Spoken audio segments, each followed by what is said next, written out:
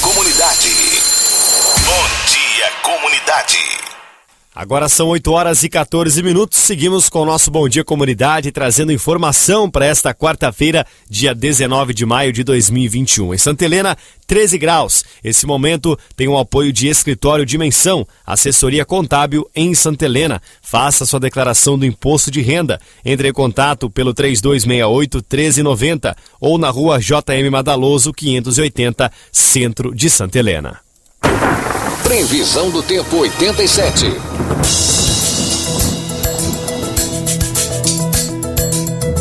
Nesta quarta-feira, o tempo segue estável sobre o Paraná por causa da atuação de um sistema de alta pressão atmosférica. Ainda se espera alguma variação da cobertura de nebulosidade entre o leste e o litoral, devido à incursão de umidade do oceano, porém a chance de chuva é baixa. No interior do estado, o tempo continuará ensolarado e as temperaturas ganham rápida elevação já nas primeiras horas da manhã. Em Santa Helena, o dia iniciou com 8 graus e tem máxima de 26. Não há probabilidade de chuva ao decorrer do dia. A umidade relativa do ar ficará entre 42% e 65%.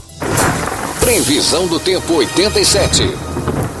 Destaques agora com o nosso repórter diretamente da capital do estado, Curitiba, Gustavo Vaz. Muito bom dia, João. Muito bom dia também a você que sintoniza o Bom Dia Comunidade desta quarta-feira. Curitiba hoje deve ter mais um dia ensolarado, com pouquíssimas nuvens e nenhuma chance de chuva, de acordo com o CIEPAR. Hoje a mínima foi de 11 e a máxima deve chegar a apenas 22 graus, um dia também agradável na capital do estado. A Polícia Federal deflagrou ontem a Operação Solis, com o objetivo de desmantelar uma organização criminosa especializada na lavagem de dinheiro vindo dos crimes de tráfico de drogas, associação para o tráfico e casas de prostituição. 9 mandados de prisão preventiva e 17 de busca e apreensão foram cumpridos nos 3 estados do sul, incluindo nas cidades de Boa Vista, da Aparecida e Cascavel, aí na região oeste.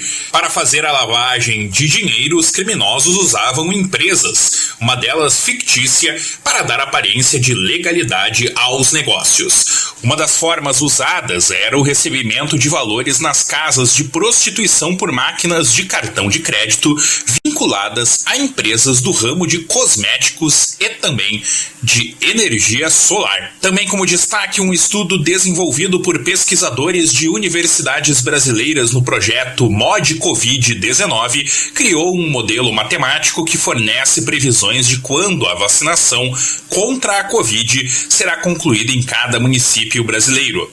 O sistema usa os dados do governo federal e, com isso, projeta quando toda a população será totalmente imunizada. Nos cálculos, é considerado o ritmo de vacinação dos últimos 30 dias. A previsão é atualizada com a chegada de novas vacinas, o aumento ou a diminuição do ritmo da campanha, por exemplo. Segundo a plataforma, com a velocidade atual, a imunização fica completa no Paraná apenas em julho do ano que vem. Repórter Gustavo Vaz, diretamente de Curitiba, para o Bom Dia Comunidade. A você que nos acompanha, um forte abraço e até amanhã. 8h18, vamos aos destaques locais. Por volta das 11 horas da manhã de ontem, a Polícia Militar de Santa Helena foi acionada para comparecer na rua Ângelo Catani, em uma das estações de tratamento da Sanepar. De acordo com o responsável pelo monitoramento do sistema, o sistema que dá suporte de energia elétrica para a bomba da estação que bombeia o esgoto para a central de tratamento, havia sido violado. No local foi verificado que foram levados vários fios de cobre, algumas chaves de energia, além de toda a rede ser danificada, sendo necessário o acionamento do suporte técnico para a solução do problema e um caminhão de bombear o esgoto para evitar danos ambientais. O vigilante foi orientado quanto aos procedimentos cabíveis. Um boletim de ocorrência foi confeccionado, buscas foram realizadas, porém nenhum suspeito foi encontrado. O Comitê de Enfrentamento à Covid-19 em Santa Helena abriu uma nova discussão na manhã de segunda-feira, dia 17, em virtude do crescimento exponencial de casos da doença nos últimos dias. Para se ter uma ideia, nesta segunda-feira, mais de 50 pessoas foram atendidas na Central de Atendimento às Síndromes Respiratórias, todas com sintomas da doença. E esta situação levantou a possibilidade de serem implantadas medidas restritivas por localidade, ou seja, que valeriam para aqueles locais com maior incidência de casos ativos. A hipótese deverá ser colocada em prática em havendo a reincidência de aglomerações, principalmente eventos e confraternizações que estão ocorrendo em todo o município sem os devidos cuidados, conforme apontam algumas denúncias feitas ao comitê.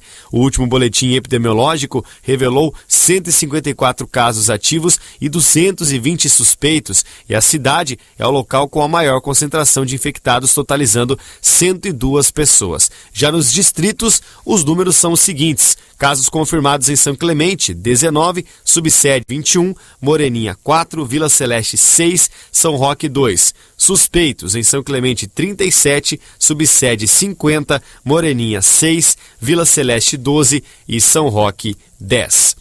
Ontem, então, foi divulgado mais um boletim da Covid. Além dos dados que já passamos, tivemos mais um óbito confirmado, o 48º paciente do sexo masculino, de 81 anos, o pastor Brás Cardoso da Silva, que teve o início dos sintomas dia 12 de maio e evoluiu para óbito nesta última segunda, dia 17. Já foram confirmados no total 2.468 casos, 2.396 se recuperaram e temos ainda 19 pessoas internadas na enfermaria e 2 em UTI.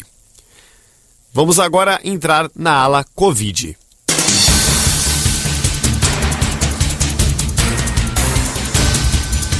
A Secretaria de Saúde do município de Marechal Rondon registrou nesta terça-feira um total de 162 casos ativos da doença. E também mais um óbito foi confirmado. Agora são 89. O óbito de número 89 foi uma mulher de 67 anos que teve início dos sintomas dia 22 de abril e evoluiu para a ventilação mecânica dia 2 de maio, transferida para a UTI em Toledo dia 3 e foi a óbito nesta segunda-feira, dia 17. Ela tinha como comorbidades hipertensão e obesidade. O estado do Paraná confirmou nesta terça-feira mais 155 mortes por coronavírus. A Secretaria de Estado da Saúde divulgou nesta terça-feira mais 6.527 casos confirmados e 155 mortes pela Covid-19 no Paraná.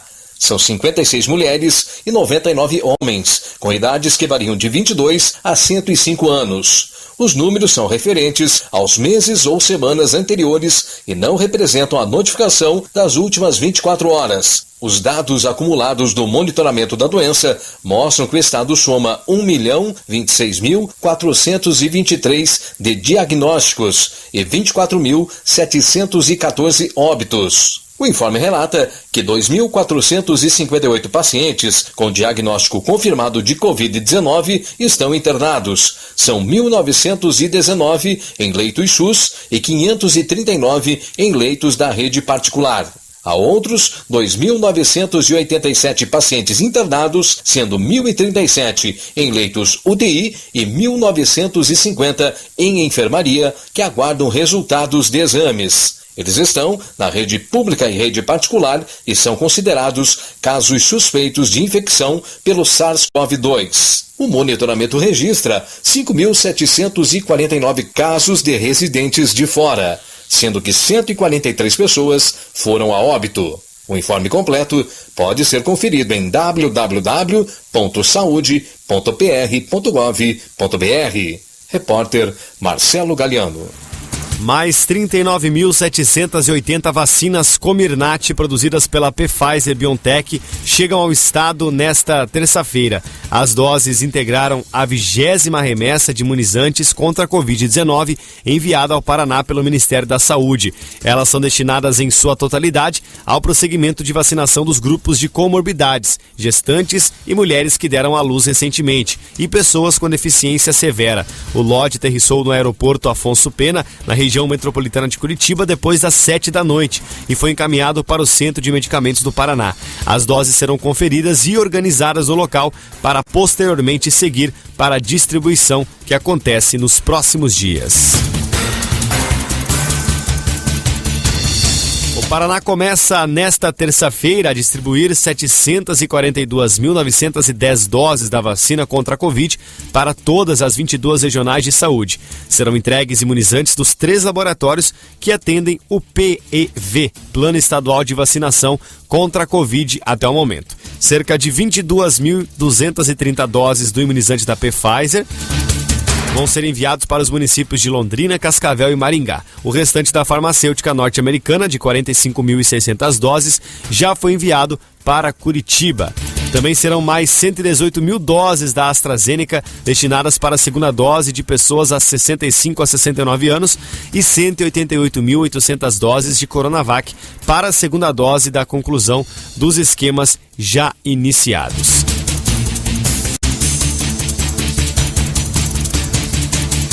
A Secretaria de Estado da Saúde discute cenário epidemiológico com a Associação dos Municípios do Paraná. A Secretaria de Estado da Saúde apresentou nesta terça-feira a situação epidemiológica da Covid-19 no estado, em reunião com a Associação dos Municípios do Paraná e as 19 associações microrregionais dos municípios. O secretário de Estado da Saúde, Beto Preto, afirmou que este diálogo é muito importante para alinhar as expectativas e também reiterar os critérios que embasam as decisões do governo do estado quanto às medidas mais restritivas. Uma reunião com os 19 presidentes das associações microrregionais de municípios, além do presidente da Associação dos Municípios do Paraná, prefeito de Jesuítas, Júnior Weiler. Já passamos para ele todo o panorama do estado, as áreas que estão numa situação um pouco pior. Essa avaliação nós vamos continuar fazendo semanalmente também com a Associação dos Municípios do Paraná. Porém, alinhados com as decisões dos municípios que sejam mais restritivas. O diretor de Gestão em Saúde da Secretaria, Vinícius Filipac, mostrou a situação da rede hospitalar no enfrentamento à pandemia, a taxa de ocupação dos leitos exclusivos Covid e o crescente número de pacientes aguardando transferência por leitos. A coordenadora da Vigilância Epidemiológica da Secretaria, a Cássia Nasser, também avaliou o índice de transmissão da doença, além do aumento no número de casos confirmados diariamente no Paraná. A reunião contou com a participação do chefe da Casa Civil, Guto Silva, que ressaltou a importância da conversa entre Estado e municípios. Repórter Flávio Remy. A volta às aulas com presença intercalada de estudantes eleva em até 270% o risco de contágio pelo novo coronavírus nas escolas, considerando 80 dias de funcionamento. A análise foi feita usando modelos matemáticos em escolas do município alagoano de Maragogi, que tem 33 mil habitantes. Por outro lado, um cenário que simula a imunização de profissionais, testagem, monitoramento e fechamentos intermitentes mostrou queda da alta de contágio para 18%. O estudo faz parte do projeto MOD Covid-19, apoiado pelo Centro de Ciências Matemáticas Aplicadas à Indústria da USP, Universidade de São Paulo.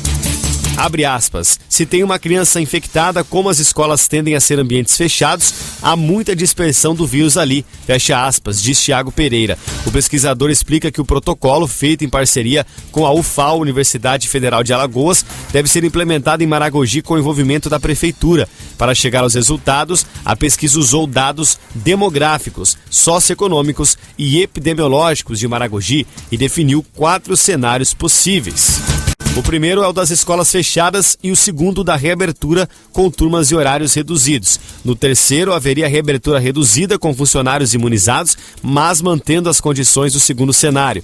No quarto cenário, a reabertura seria reduzida com monitoramentos e fechamentos temporários. Além disso, os estudantes seriam testados e isolados por 14 dias, quando sintomáticos ou quando o familiar for contaminado com o vírus. Se o estudante for confirmado positivo, todo o grupo é suspenso por 14 dias. E se mais de um grupo apresentar alunos com resultado positivo, a escola é fechada por 7 dias. O quarto protocolo foi o que se mostrou mais seguro, com aumento de 18% de casos na comunidade escolar e de 3% na cidade como um todo. Falando agora sobre a dengue, mais um boletim foi divulgado nesta terça-feira, confirmando mais 3 óbitos, um deles em Matelândia. O boletim semanal da dengue confirma 1.836 novos casos da doença e 3 óbitos.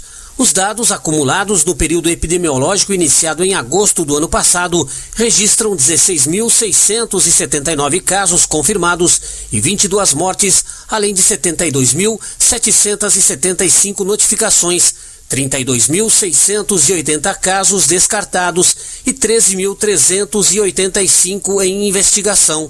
No Paraná, 358 municípios têm notificações para dengue e 267 apresentam casos confirmados. As informações foram divulgadas nesta terça-feira pela Secretaria de Estado da Saúde. O secretário de Estado da Saúde, Beto Preto, relembrou que as medidas de combate à doença já são bem conhecidas e envolvem a eliminação de todos os pontos que possam acumular água parada, como vasos de plantas, calhas, lajes, ralos, entre outros. Nesse momento que nós estamos falando tanto em distanciamento social, uso de máscaras, essa questão da dengue, ela se torna importante, porque as pessoas muitas vezes estão em casa. É o momento de cuidar do seu quintal, cuidar da água parada, fazer uma reavaliação de se não existe possibilidade de criatórios de Aedes aegypti no seu quintal, no vizinho.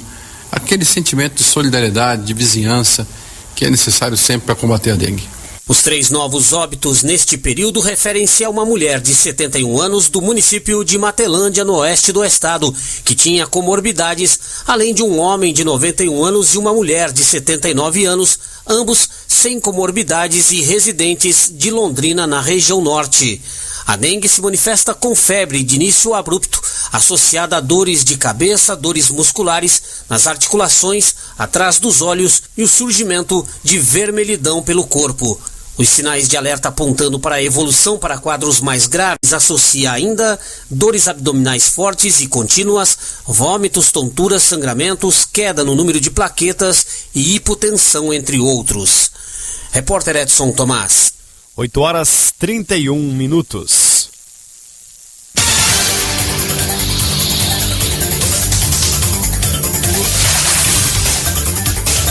A Polícia Civil, em uma da ação do Grupo de Diligências Especiais, GDE, prendeu em flagrante 3 pessoas envolvidas com tráfico de drogas no Conjunto Abelha, em Cascavel, na tarde de ontem. Os investigadores realizaram um monitoramento e visualizaram um usuário saindo do local após adquirir droga com uma mulher. Em abordagem ao suspeito, foi localizada com ele uma pedra de crack. A equipe então seguiu com a abordagem na residência e encontrou uma mulher de 64 anos e a filha de 31. Em buscas no imóvel foram encontradas 5 buchas de cocaína, 66 pedras de crack prontas para venda, uma porção maior de crack de 50,3 gramas que renderia aproximadamente mais 500 pedras da droga e a quantia de R$ 461 em dinheiro trocado. Os policiais civis então deram voz de prisão em flagrante para a mãe e a filha pelo crime de tráfico de drogas. Elas foram conduzidas até a 15ª Subdivisão Policial e posteriormente encaminhadas à cadeia pública de Cascavel, onde permanecem à disposição da Justiça. 5 policiais militares foram presos em uma operação do Grupo de Atuação Especial de Combate ao Crime Organizado GAECO do Ministério Público do Paraná, MPPR, que investiga a exploração ilegal de jogos no norte do Paraná. De acordo com o MP, um policial civil e 7 empresários também foram presos durante o cumprimento dos mandados nos municípios de Jataizinho, Ibiporã e Londrina. Um alvo de mandado de prisão não foi encontrado. Também são investigados os crimes de lavagem de dinheiro, corrupção passiva e ativa. As corregedorias da PM e da Polícia Civil também participaram da operação. De acordo com o promotor Leandro Antunes, os policiais eram pagos por empresários que exploravam máquinas de caça-níquel e jogo do bicho para não realizar fiscalização nas cidades. Há a suspeita de que os policiais também vazavam informações sobre operações policiais. Segundo o MPPR, alguns policiais investigados também investiam dinheiro nas atividades ilícitas e exploravam jogos de azar. Outros 2 policiais militares serão investigados por envolvimento nos crimes. Todos os agentes de segurança foram afastados das funções, segundo o Ministério Público. Um acidente entre uma moto Honda e um Fiat Strada aconteceu por volta das 13h50 na estrada que liga a cidade de Nova Santa Rosa ao distrito de Planalto do Oeste, na entrada que dá acesso ao Alto Santa Fé. Segundo informações de populares, a condutora de aproximadamente 50 anos fazia o trajeto de Alto Santa Fé para a cidade e o Fiat Cidade a Planalto do Oeste, momento em que a motociclista atravessou a rodovia para fazer uma conversão à esquerda. Houve a colisão com o utilitário. A mulher moradora da linha Jaguarundi teve fratura no calcanhar esquerdo e deve ser transferida para o Bom Jesus em Toledo com a ambulância do município. Uma mulher e uma criança ficaram feridas em um acidente que aconteceu na tarde de segunda-feira na BR-386 em Lajeado, Vale do Taquari. Segundo o Corpo de Bombeiros, que atendeu a ocorrência, um carro com placas de Cruzeiro do Sul teria batido de frente em uma carreta. Um terceiro veículo de Ijuí acabou batendo na traseira do carro. A motorista do veículo com placas de Cruzeiro do Sul é uma mulher que ficou ferida. Segundo autoridades, ela tem 34 anos e mora em Lajeado. Ela ficou presa às ferragens e foi retirada pelos bombeiros. Internada no Hospital de Pronto Socorro de Canoas, o estado de saúde é grave. Dentro do veículo também estava a filha dela, uma menina de 2 anos. Ela foi retirada do carro por moradores e passa bem. Segundo a delegada Shana Hartz, ela só teve alguns arranhões e já foi liberada na segunda. Esse incidente, inclusive, antes de acontecer, foi gravado um vídeo onde essa mulher teria pedido para que a sua filha, que estava no banco de trás, se despedisse do pai. E ela pronunciou a frase: "Vamos se matar, filha." Se matar? Sim. Vamos se matar? Sim. Vamos lá então. Diz pro pai, dá tchau pro papai. Diz, pai, tchau. Última vez que tu me vê, pai. Não quero. Nessa gravação, a mulher registrou a menina e a filha tentando fazer uma suposta despedida para o pai da criança, afirmando que ambos iriam se matar e, na sequência, aconteceu este acidente. Na noite de segunda-feira, policiais militares do BPFROM, Batalhão de Polícia de Fronteira, realizavam um patrulhamento na cidade de São José das Palmeiras durante a Operação Horus, quando avistaram um veículo VW Kombi. Foi dada ordem de parada ao veículo, porém o condutor não acatou e jogou o veículo em direção aos policiais militares que faziam um bloqueio na via, atingindo o pé de um dos policiais. O veículo seguiu em fuga enquanto era realizado o acompanhamento tático por cerca de 10 quilômetros. Em dado momento, o condutor da Kombi abandonou o veículo e fugiu a pé em meio a uma plantação, não sendo localizado. No veículo foram encontrados diversos fardos de substância análoga à maconha, totalizando 1.126 quilos da droga. O veículo e a droga foram encaminhados aos procedimentos cabíveis.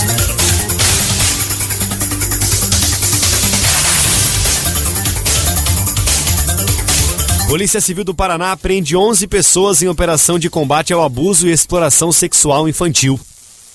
A Polícia Civil do Paraná prendeu 11 pessoas durante a operação de combate ao abuso e exploração sexual infantil, iniciada na semana passada e finalizada nesta terça-feira. 5 homens foram presos, suspeitos de crime de estupro de vulnerável em Curitiba. Uma mulher foi presa por produzir material pornográfico em São José dos Pinhais, na região metropolitana de Curitiba. Durante a semana passada, outras 5 pessoas foram presas por estupro de vulnerável, sendo uma em Curitiba, uma em Maringá e 3 em Ponta Grossa. A Polícia Civil realiza campanhas e ações para mobilizar, sensibilizar, informar e convocar toda a sociedade a participar da luta em defesa dos direitos de crianças e adolescentes, além de combater o abuso e a violência sexual infantil. Para denunciar anonimamente, a população pode ligar para o Disque 100 ou 181. Repórter Marcelo Galiano.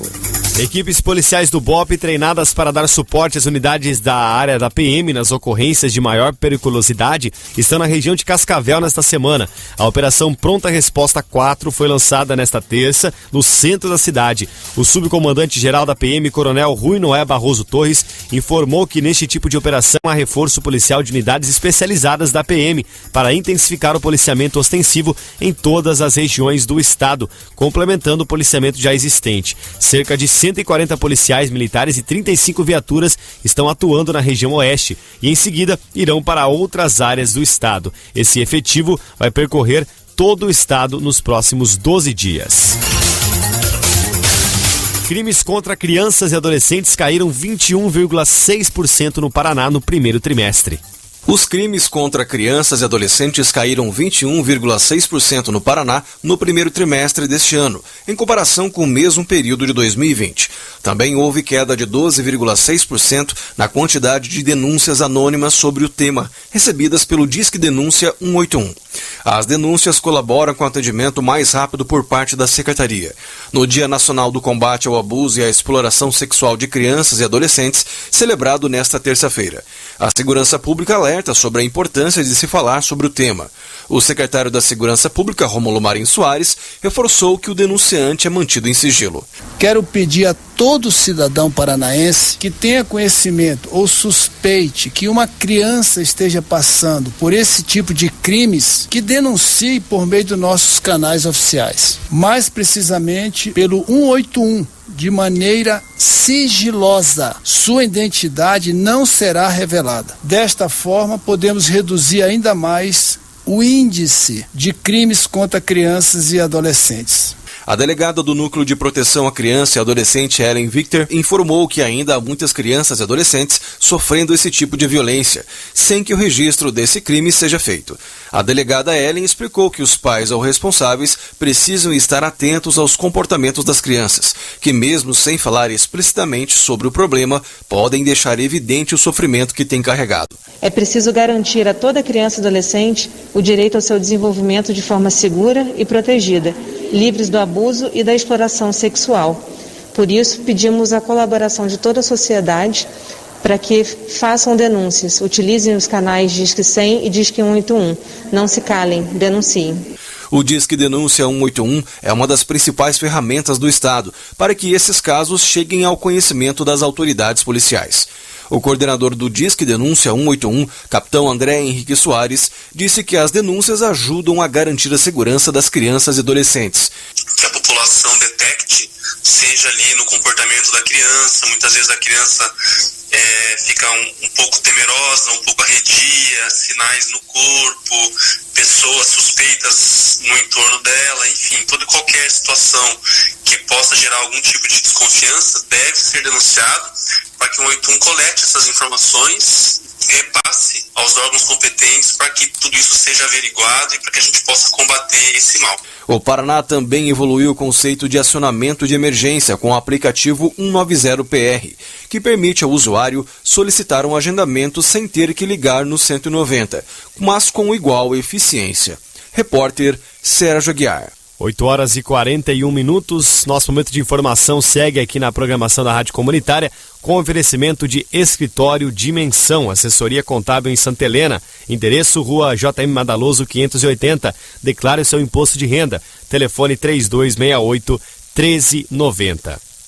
O governo federal lançou nesta terça-feira o programa Gigantes do Asfalto, voltado ao setor de transporte de cargas, especialmente aos caminhoneiros autônomos. Em evento no Palácio do Planalto, com a participação do presidente Jair Bolsonaro e de ministros, foram assinados 2 decretos e 2 medidas provisórias. Tanto os decretos quanto as MPs, as medidas, serão publicados hoje no Diário Oficial da União.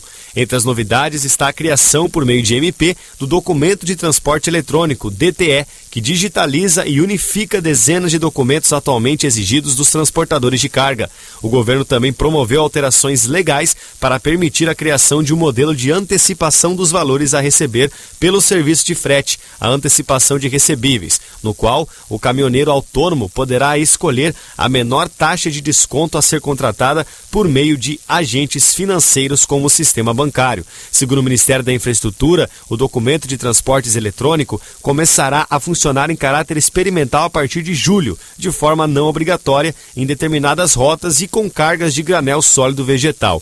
A expectativa é de que no primeiro semestre de 2022 a operação comece a ser obrigatória para o transporte de cargas. Já está disponível também para download gratuito nas lojas Google Play e Apple Store o aplicativo Agendamento da Receita Federal para o cidadão que quer solicitar um serviço no atendimento presencial para aqueles serviços que não estejam elencados no rol dos que podem ser efetuados pela internet. Com o aplicativo, é possível selecionar o serviço desejado e escolher a unidade mais próxima. A marcação da data e do horário é feita de forma simples, não é necessário cadastro. Basta informar o CPF ou o CNPJ. Antes, o contribuinte escolhia a unidade de atendimento sem saber se ela oferecia o serviço que precisava, causando transtorno ao cidadão e aumento das filas no atendimento. O aplicativo é uma solução para esses casos. O usuário pode sincronizar ainda o horário escolhido com a agenda pessoal, compartilhar data e horário em outras mídias, visualizar no mapa a unidade de atendimento selecionada e traçar rotas até a unidade escolhida. Ontem, na Câmara de Vereadores de Deputados, foi discutida a autorização do cultivo da maconha para uso medicinal. A agressão e bate-boca marcaram a discussão na Câmara dos Deputados sobre o projeto de lei que autoriza o cultivo da maconha para fins medicinais, e a votação da medida foi adiada. Se aprovado, o texto vai autorizar o cultivo da cannabis para fins medicinais, veterinários, científicos e industriais, mas com restrições. O plantio só seria permitido para pessoas jurídicas, como empresas, associações de pacientes e organizações não governamentais. E a Anvisa ou o Ministério da Agricultura teriam que controlar a produção e os locais de plantio. O relator do projeto, Luciano Dutti, do PSB do Paraná, explicou que o texto não permite o uso da maconha para fins recreativos. A gente não discutiria o uso recreativo ou o uso adulto. Isso foi uma das premissas. Antes de começar o processo, a gente já colocou essa questão. Segunda questão que nós colocamos, que nós não discutiríamos autocultivo nesta comissão. Como também a gente colocou dentro do projeto que seria proibido o uso de fumígenos, como também o uso de chás para pessoas físicas, como a venda também de plantas in natura para pessoas físicas. Deputados favoráveis à medida lembraram que o objetivo é garantir o acesso a medicamentos para pessoas que sofrem de doenças como Parkinson, Alzheimer e outras doenças neurodegenerativas. O deputado Daniel Coelho, do PSDB de Pernambuco, fez a defesa com um depoimento pessoal. Terminei sendo chamado pela professora para poder entender um desenho que meu filho tinha feito. Quando foi solicitado para ele desenhar a família dele, ele desenhou o pai trabalhando e desenhou a mãe na cama. Porque na memória dele a mãe vivia na cama. Minha esposa há 2 anos faz um tratamento de quimioterapia e por muito tempo ela teve que abdicar das próprias atividades de mãe e das suas atividades profissionais como nutricionista. De alguns meses para cá, baseada no liminar e com um custo altíssimo, que graças a Deus a nossa família pode pagar, ela começou a utilizar o óleo de cannabis. Hoje ela continua o tratamento, mas não mais na cama está. Já os parlamentares contrários argumentam que o projeto vai estimular uma espécie de indústria da maconha. O deputado capitão Alberto Neto, do Podemos do Amazonas, defendeu a ideia. O que nós estamos trazendo aqui é um relatório que vai abrir portas, sim, para um plantio desenfreado, para a criação de uma indústria da agrocannabis. Nós vamos nos tornar o maior produtor de maconha do mundo e, com certeza, vamos criar um mercado negro e a maconha vai chegar com mais facilidade ainda às nossas famílias. Já causa um prejuízo enorme, vai causar um muito pior.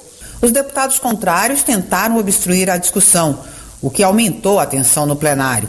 Diego Garcia, do Podemos do Paraná, pediu para adiar os debates e questionou a condução do presidente da comissão, o deputado Paulo Teixeira, do PT de São Paulo. 8h46, trazendo mais informações da Câmara dos Deputados. Ontem foi aprovado o aumento da pena mínima para o crime de feminicídio. De acordo com o projeto de lei PL, a pena passaria para a reclusão de 15 a 30 anos. Atualmente a pena mínima é de 12 anos. O projeto agora vai ao Senado. A relatoria foi da deputada policial Kátia Sastre, do PL de São Paulo. Israel continua bombardeando Gaza com ataques aéreos e militantes palestinos mantêm o lançamento de foguetes para além da fronteira, sem nenhum sinal forte de acordo iminente de cessar fogo, apesar de pedidos internacionais pelo encerramento de mais de uma semana de conflito. Líderes israelenses disseram que pressionam com uma ofensiva contra o Hamas e a Jihad Islâmica, mas um porta-voz do exército israelense reconheceu que, com uma estimativa de que o arsenal dos grupos de Gaza tem ainda 12 mil mísseis e morteiros, eles ainda têm foguetes suficientes para disparar. 2 trabalhadores tailandeses foram mortos e 7 pessoas ficaram feridas em um ataque de foguete na terça, ontem, em uma fazenda israelense próxima à fronteira com Gaza, disse a polícia. O Hamas, que comanda a faixa de Gaza, e a Jihad Islâmica reivindicaram a responsabilidade pelo ataque. A Câmara também aprovou um projeto de lei que suspende despejo até o final do ano, nesta terça-feira. Além disso, os processos de despejo ou desocupação de imóveis iniciados desde o dia 20 de março do ano passado estão suspensos, incluindo medidas preparatórias ou negociações. O projeto agora segue para o Senado. De acordo com o texto, serão suspensos os efeitos de qualquer ato ou decisão de despejo, desocupação ou remoção forçada coletiva de imóvel privado ou público, urbano ou rural, seja uso de moradia ou para produção. Nesta quarta-feira, os trabalhadores informais nascidos em março recebem a segunda parcela da nova rodada do auxílio emergencial. O benefício terá parcelas de R$ 150 a R$ 375 reais, dependendo da família. O pagamento também será feito a inscritos no CadÚnico nascidos no mesmo mês. O dinheiro será depositado nas contas poupança digitais e poderá ser movimentada pelo aplicativo Caixa Tem. A ADAPAR intensifica as ações contra plantas daninhas resistentes a herbicidas.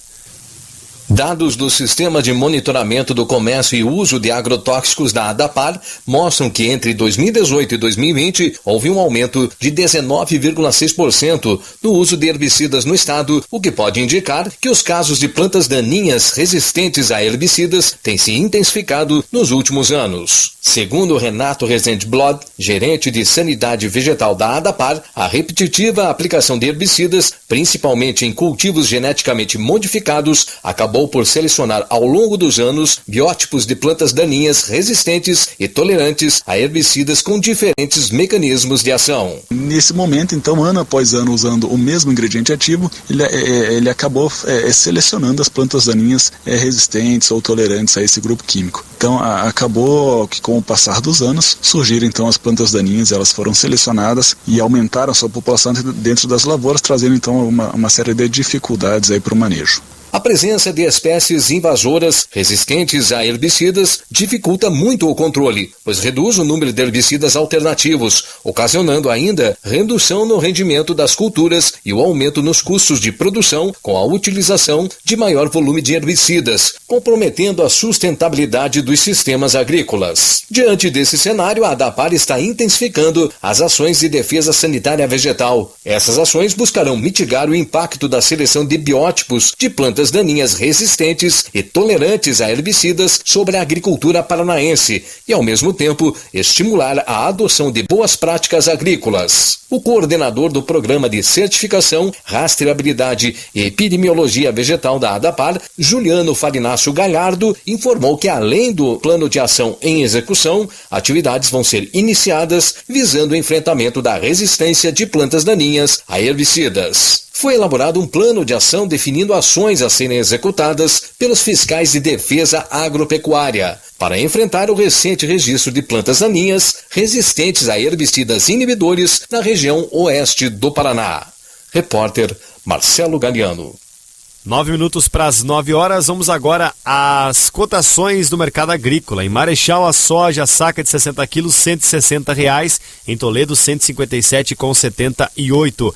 Em Marechal, milho seco cotado em R$ 93 a saca. Em Toledo, o trigo está o milho está em R$ 96,04. Ainda em Toledo, temos o trigo em grão nacional, R$ 86,24 a saca. E o café em coco, 1 quilo renda, R$ 11,25. Cotações do câmbio, o dólar em novo dia de queda chegou a 5,25. O euro subiu 6,42. A libra também uma leve queda, R$ 7,45. O peso argentino, 5 centavos de real, também caindo. E o Bitcoin com uma queda de quase 8% após falas de Elon Musk, R$ 200.561. A B3 voltou a subir minimamente, Bolsa de Valores brasileira, chegando a 122.979 pontos. Destaques agora da Mega Sena, que nesta quarta-feira, hoje, sorteia um prêmio acumulado de R$40 milhões. As 6 dezenas do concurso 2.373 vão ser sorteadas às 20 horas e as apostas podem ser feitas até às 19, com o valor mínimo custando R$4,50.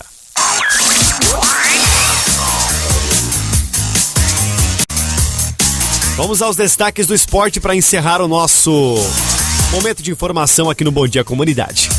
Com reservas, Palmeiras sofre gol no fim e perde a primeira na Libertadores. O Verdão buscou empate 3 vezes, mas vacilou nos acréscimos e acabou batido em casa. O Defensa e Justiça derrotou o Palmeiras ontem, então, por 4-3. Rodada 5 da Libertadores. Nessa rodada, o Santos também perdeu do The Strongest na altitude. Tem vaga nas oitavas de final ameaçada. O Peixe aguarda o resultado de Boca e Barcelona de Equador hoje, ou melhor, amanhã, quinta, para saber a sua missão na última rodada. O Fluminense foi derrotado para o Júnior Barranquilla em casa e perde chance de vaga antecipada para as oitavas. O tricolor desperdiçou chances claras no primeiro tempo, veio a equipe colombiana abrir 2-0, reagiu tarde demais e vai ter que decidir a classificação para a próxima fase na terça que vem contra o River Plate na Argentina. O Fluminense perdeu de 2-1.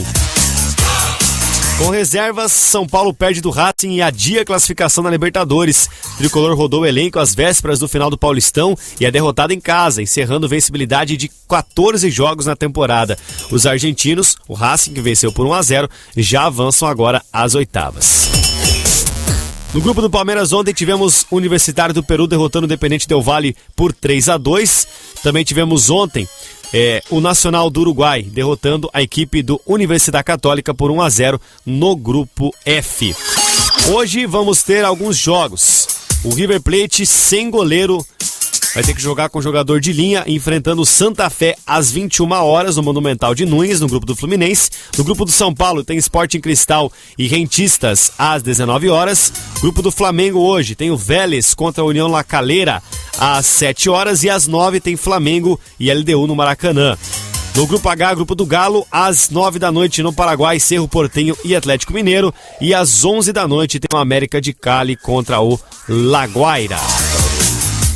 Sul-Americana, Tony Anderson marca contra, Bahia perde para o Independente e se complica na Sul-Americana. O atacante marcou o único gol do jogo, atrapalhada com o Douglas, e o tricolor agora cai para o segundo lugar.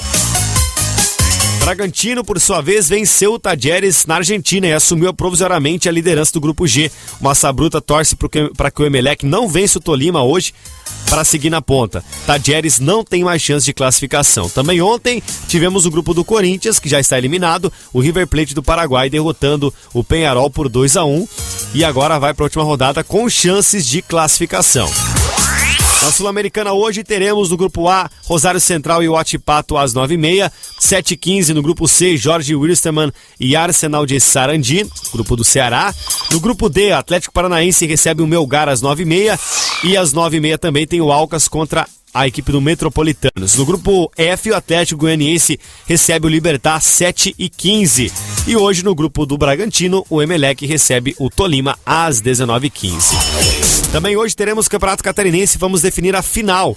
Às 3h30 tem Chapecoense recebendo o Marcílio Dias, a Chape venceu a primeira por 4-1 fora. E hoje também às 8h30 o Brusque recebe o Avaí, jogo deu 0-0 na ida. Além desses jogos, teremos hoje, às 4h15, final da Copa da França, Mônaco e PSG, e às 4h, final da Copa da Itália, Atalanta e Juventus. Encerrando assim nosso momento de informação, agradecendo o oferecimento de Escritório Dimensão, assessoria contábil em Santa Helena, Rua JM Madaloso, 580, telefone 3268-1390, faça sua declaração de imposto de renda no Escritório Dimensão. Na sequência, a Manhã Comunitária com a Dani, eu volto tarde com o Na Escuta às 4 horas. Tchau, tchau.